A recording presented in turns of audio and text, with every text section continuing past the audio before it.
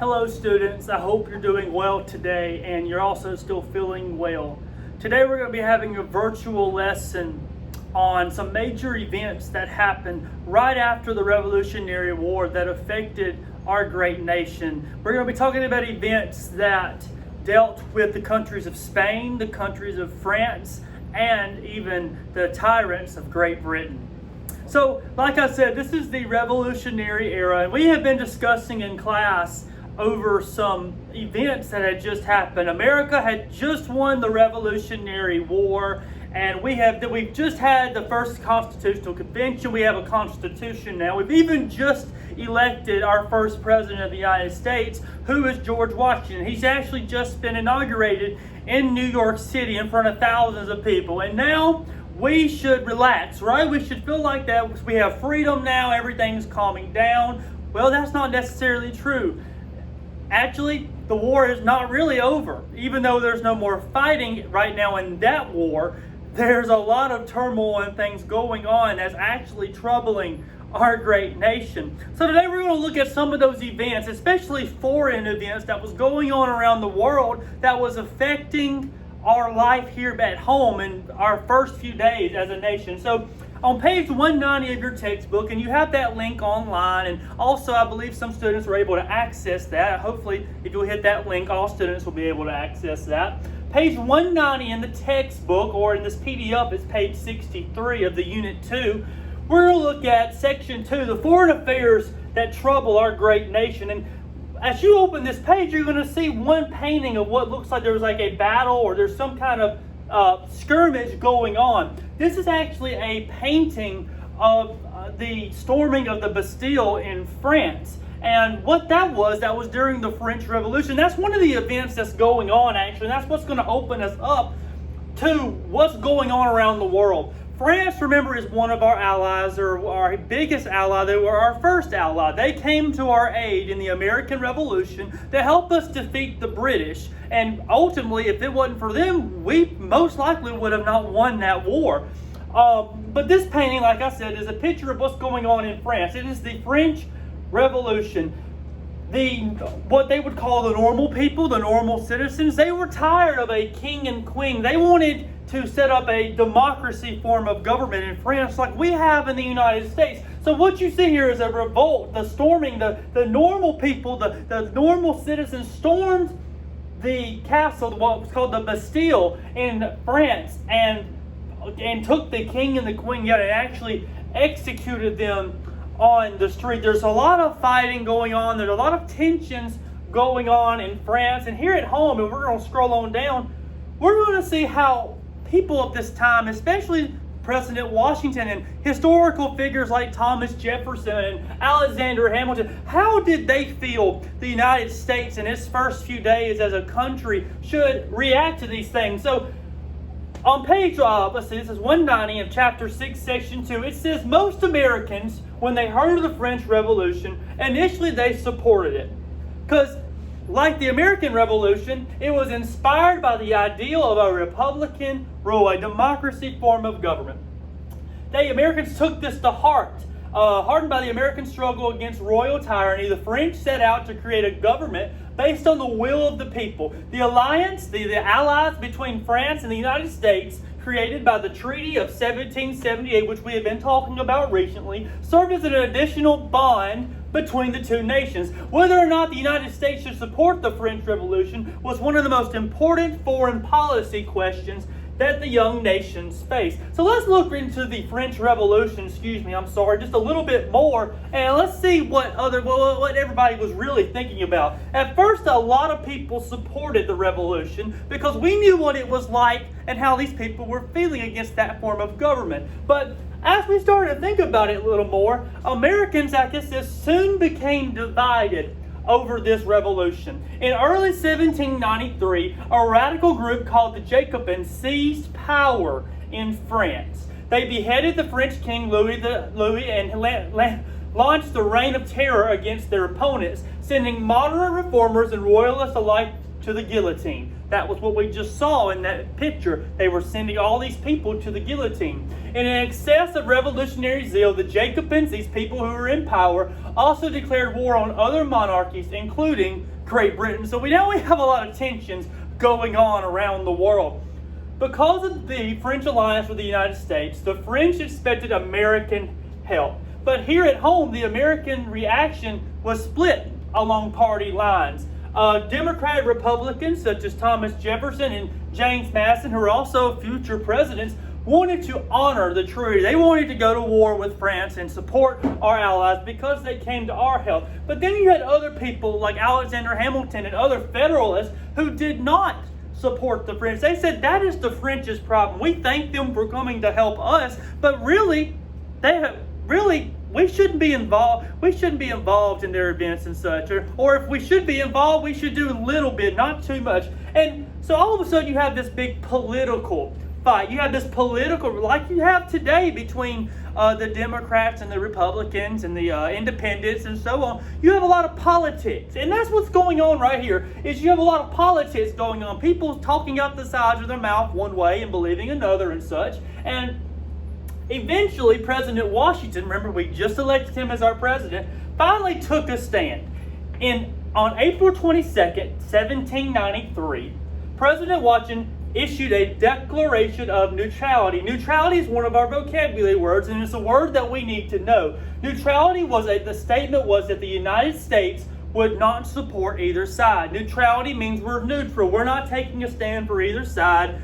We're going to step out of the way and let y'all handle this. That's what President Washington was saying. Eventually, all these people who were bickering and arguing about it came to agree. Eventually, France sent a young diplomat named Edmond Genet to win American support. But as hard as he tried, as many offers as he did, the deals he tried to make, he eventually had to go back home to France because President Washington was not wanting to negotiate. He said that this was going to be how it was going to be. Things were going to be neutral.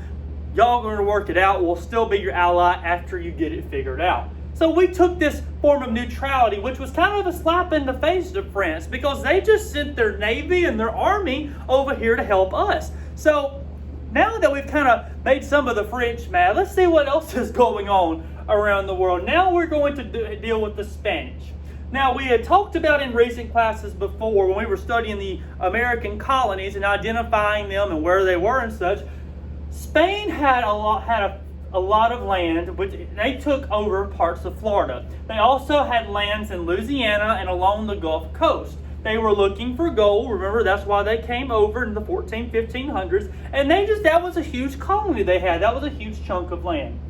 Well, the United States eventually said, hey, we want this land. We want to secure land west of this Appalachian Mountains where the colonies were. The colonies were on the east side, remember? And then the Spanish owned the rest of it. They had claimed the rest of it along with Native Americans. They said, we wanted to claim this land and gain shipping rights on the Mississippi River and the Louisiana Territory. To do this, the United States needed to come to an agreement with Spain because they held Florida. They held the Louisiana Territory, which is going to be important because in a couple of years when Thomas Jefferson is president, he makes the Louisiana Purchase, which buys this big chunk of land from Spain. And Spain also claimed a vast area of land west of the Mississippi River, land such as further out as Texas, Oklahoma, and Kansas, and so on. Well, during these negotiations trying to buy this land and to take this land, negotiations stalled because of the turmoil going on over in Europe. Even though we're over here in the United States, there's a lot of turmoil going on, especially in France. Spain, unlike Britain, signed a treaty with France. So Spain's now at war, helping the French try to calm things down. Spain then feared British retaliation and suspected that a joint British-American action might be launched against the Louisiana Territory, meaning that America and Great Britain, they're going to come together. They're going to come after us because we're not really doing them any good. So we really don't want to make them mad. Suddenly, out of nowhere, Spain agreed to meet with the U.S. Minister to Great Britain, Thomas Pinckney, and October 27, 1795, the United States and Spain signed a treaty. Pinckney's treaty, which was what it was known as, of 1795, also known to the Spanish as the Treaty of San Lorenzo, included virtually everything the United States wanted. So everything we wanted, we got in this treaty because Spain was so scared that the British and the Americans were going to join forces and come after them in a war. Spain gave up all claims land east of the Mississippi. They did not give up Florida just yet, and recognized the 31st parallel as the southern boundary of the United States and northern boundary of Florida. Spain also agreed to open the Mississippi River to traffic by Spanish subjects and U.S. citizens, meaning that we can now come across the Mississippi River. That's going to help boost for the economy and exploration. We're now going to have pilgrims and pioneers that are going to be able to go out west and see what's out there, because we really haven't discovered that yet. Only Lewis and Clark really knew what was out there. And now we're able to use the port of New Orleans in Louisiana, which is going to be vital for the American economy coming up in the future. So we've kind of got things settled down with Spain now. We're okay with them. They gave us what we wanted. So everything's going to calm down now, right? Not necessarily. Now we have the Native Americans and the British coming at us from the west. So this map is very interesting because it's going to give you an idea of what's going on and give you a good picture of what's going on in the west. Even though the American Revolution is already over, the British are still holding a lot of forts west of the Appalachian Mountains. In 1783, in the Treaty of Paris, Great Britain was supposed to leave. They were supposed to get out. That was now American soil. Well, the British really did not give all that up. They still held a lot of forts in the west. So let me zoom out of this a little bit so you can see the bigger picture. British forts on the U.S. land, 1783 through 1794. There's the map key, so we can see where the battles are, the U.S. forts are, and the British forts. Look at all these red forts. There's some all the way up in northern Michigan. There's some down here in northern Ohio. New York still has some British forts, and this is the 13 colonies. Remember this? These are the New England colonies, and now we're in the middle colonies right here. The British are still holding forts here in New York, Vermont. They still have a lot of forts. Now, there's some American forts as well in Kentucky. This would be Michigan, Ohio, Indiana. They're still holding these, or even some in Wisconsin, they're still holding a great number of forts here. They're supposed to be out of here. So this is starting to create problems. Well, now things are going to get worse. Now the Native Americans are starting to say, hey, y'all didn't talk to us in our sacred land. Now you're taking our land away from us again. When you first got here, when you landed on your boats and on the beaches, and you took our land and you chased us out. And now you're coming for more of our land. So now you're seeing tensions rise between the British and the Native Americans. And now we're going to see it's not a war, but you're going to start seeing battles in the Northwest. The American army has just not rested yet. I couldn't imagine what they feel like, because there's just war after war and battle after battle, and they almost sent them to France. Now they're sending them out northwest. So let's read a little bit here on page 192 and see what's going on here.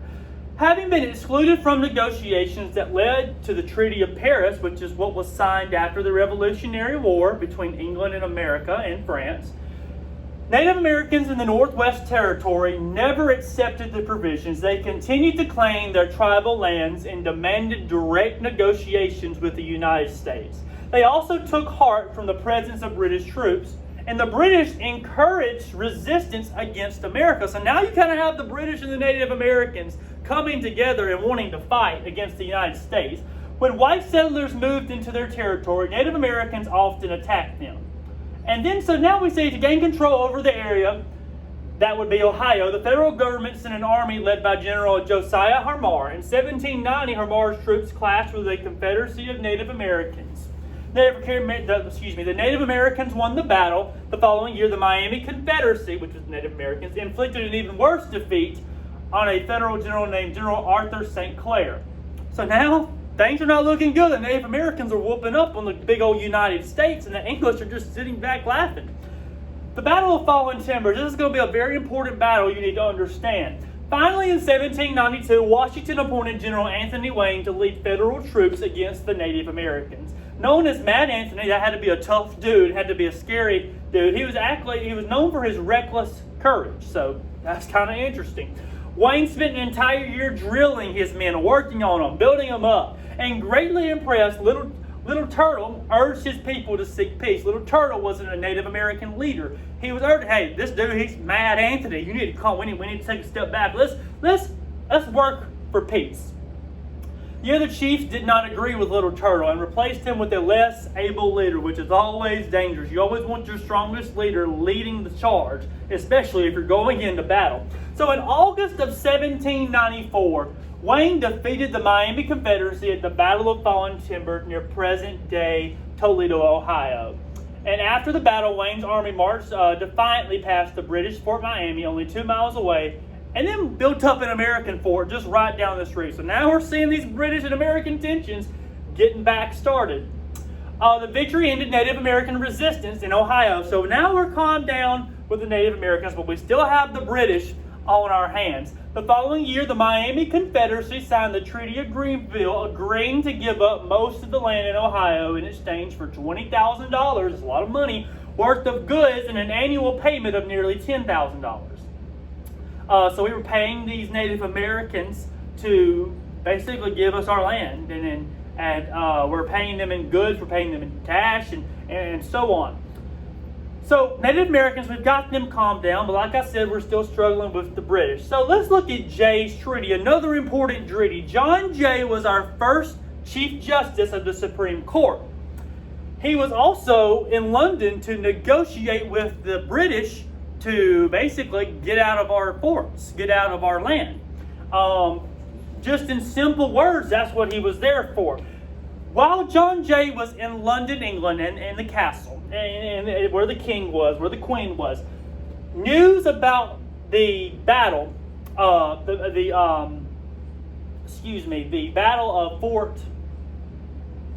Fallen Timbers,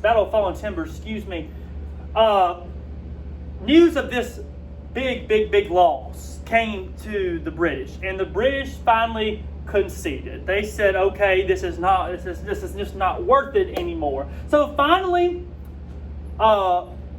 when news of Wayne's victory at Fallen Timbers arrived, the British agreed to evacuate their posts in the Northwest Territory, and a treaty was signed in November of 1794. The treaty managed to pass the Senate, but many Americans, especially Western settlers, were angry at its terms, which allowed the British to continue their fur trade on the American side of the U.S.-Canadian border. So we didn't get exactly everything we wanted in this treaty, but the British are now evacuating their forts, and we still kind of come to an agreement, and one day maybe we can finally get the British out of here. And we see John Adams now in another political fight. He's starting to provoke criticism on Washington, and things are going on. But really, let's focus on what's going on around the world and how it's affecting the United States. We have the French Revolution on one end, then we have the Spanish, they're still down there in Florida. They gave us what we wanted, but are they ever really going to give out and give us what's ours? And then we have the British and the Native Americans. Just because they signed a treaty doesn't mean everything's all right. There's still some hard feelings there. So what I want us to do today is we have our 3 groups. Remember, we were broke down into 3 groups a couple weeks ago, and you were told to remember that number. Let's go into our groups, and I wanted you to look on the internet, use your textbook, use your vocabulary words. And I want you to look at major interactions between countries, between the United States, Britain, and France. After you've researched your assignment event, I want you to form a Prezi. And I want you to include pictures. I want you to include information about these events. And I want your Prezis to be at least 5 slides long, and turn it in on the assignments tab that's online. And so group 1, I want you to take the United States' response to the French Revolution. Why were Americans for it at once, and all of a sudden they're not? What were some politics going on there? Group 2, I want you to take Picnic's Treaty of 1795 with Spain. Look into the Spanish and what they conquered in Florida and such. Look at how it's affecting America. America's now open to what? New economic success and so on. Group 3, I want you to look at America versus Great Britain and the Native Americans. How and why did Great Britain turn Native Americans against the new nation? And what were some major battles, and how did these battles affect the war? Include the one in the Battle of Fallen Timbers. That's a major battle in the war. After you do that, please submit that on the assignments tab online. And I'm going to look forward to your presentations. And if you have any questions, please contact me. Thank you.